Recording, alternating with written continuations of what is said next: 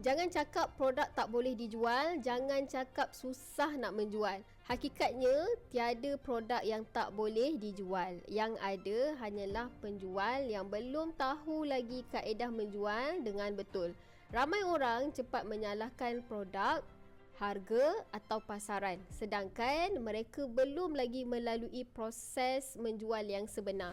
Menjual itu ada langkah-langkahnya. Dalam dunia jualan, tidak ada istilah cuba-cuba tanpa arah. Setiap jualan yang berjaya, ianya melalui langkah demi langkah yang jelas. Masalah utama hari ini, ramai penjual pening kepala asyik mencari sales idea yang kononnya tepat. Sedangkan asas menjual itu sendiri belum difahami.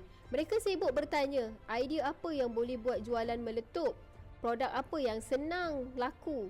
Bisnes apa yang cepat jalan? Padahal soalan yang paling penting ialah bagaimana proses jualan itu dilakukan dengan betul.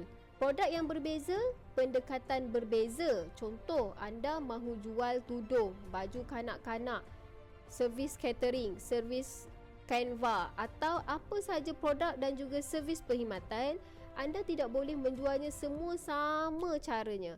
Setiap produk ada potensi pasaran yang berbeza, ada cara pendekatan yang berbeza, ada jenis pembeli yang berbeza-beza. Tugas penjual ialah mencari di mana produk itu berpotensi untuk dijual, bukan sekadar menunggu pelanggan datang sendiri.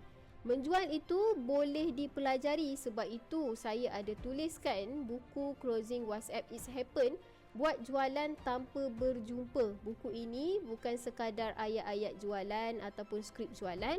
Ianya membantu penjual menyusun komunikasi, membawa pelanggan melalui tahap demi tahap dan akhirnya membuat penilaian yang lebih tepat.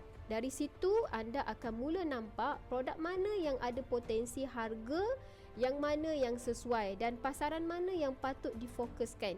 Kesimpulannya di sini, menjual bukan bakat semula jadi, ianya adalah kemahiran yang dibangunkan. Jangan cepat kata produk ni tak boleh jual. Sebelum bertanya sama ada produk ini boleh dijual ataupun tidak, tanya dulu adakah aku sudah menjual dengan kaedah yang betul. Kerana bila ada kaedah yang betul, jualan juga akan berlaku.